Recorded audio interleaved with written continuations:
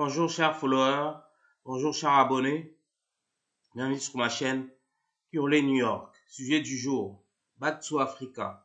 Philippe Simon est-il le Bolloré africain? Est-ce que le PDG de la société Investir au pays est-il le nouveau colon? L'entrepreneur d'origine camerounaise est accusé de tromperie astucieuse et d'escroquerie par l'ingénieur Serge Anongo, le journaliste Jackie Moifo et le juriste Jean Sobayo. Selon ces derniers, le businessman se fait passer pour un industriel alors qu'il ne possède ni industrie ni une usine. Mais surtout, Philippe Simon est accusé de travail dissimulé par son ancienne collaboratrice et de non-paiement de salaire. L'affaire fait actuellement l'objet d'une procédure judiciaire à Paris. En ce qui concerne les salaires, selon plusieurs observateurs et témoins, le PDG d'Investir au pays propose des salaires de misère à ses employés et à ses collaborateurs africains, des maigres rémunérations qui ne leur permettent pas de vivre décemment.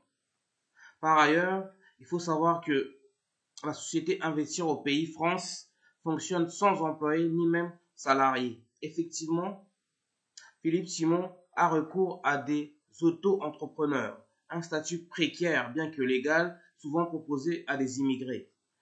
Ce qui fâche également, c'est les prix astronomiques des formations proposées par l'homme d'affaires, ancien ingénieur employé de la société Areva.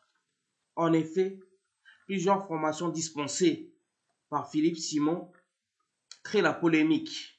Force est de constater que le formateur vend des formations comme arrête d'être une passoire ou accélérateur de destinée, alors que son expérience est encore à déterminer et discutable dans ces domaines, surtout en ce qui concerne sa formation en matière de l'immobilier.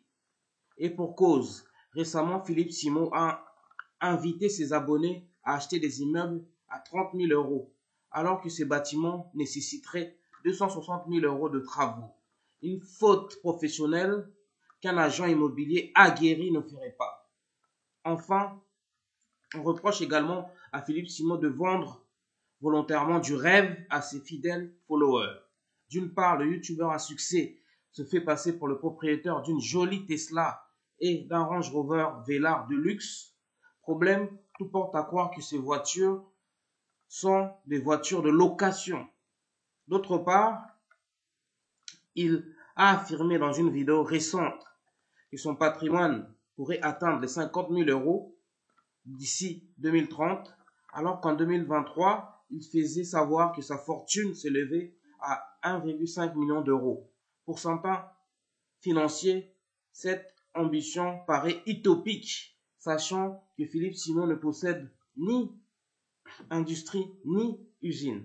Bref, les taux se resserrent sur Philippe Simon, d'autant que chacune de ses interventions, chacune de ses sorties est scrutée à la loupe par ses détracteurs, qui l'accusent notamment d'être un manipulateur sans complexe. Mais est-il pour autant un escroc? À la justice de le déterminer, bien sûr. Une chose est sûre, il y a au moins une dizaine de plaintes à l'encontre de Philippe Simon. En outre, les voix s'élèvent de plus en plus sur les réseaux sociaux pour dénoncer son attitude pour le moins désinvolte envers ses collaborateurs et ses employés. Pour finir, le PDG de la société Investir au pays n'aurait pas payé la personne qui a créé son site internet. Personnellement, je reproche à Philippe Simon de reproduire les mêmes erreurs de gestion d'entreprise que ses aînés patrons noirs de la diaspora africaine immigrée en France. À l'instar de ces derniers, le PDG d'Investir au pays traite ses collaborateurs comme des esclaves en leur proposant des salaires de misère. D'une part, par ailleurs,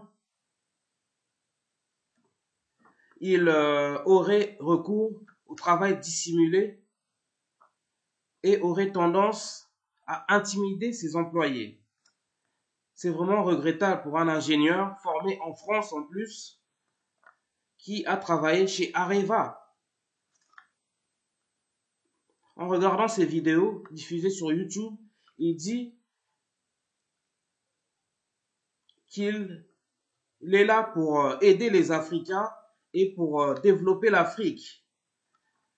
Mais il se comporte comme un nouveau colon et c'est ça qui est vraiment désespérant. Parce que non seulement il ne contribue pas au développement du continent noir, et en plus, il traite ses collaborateurs comme des esclaves.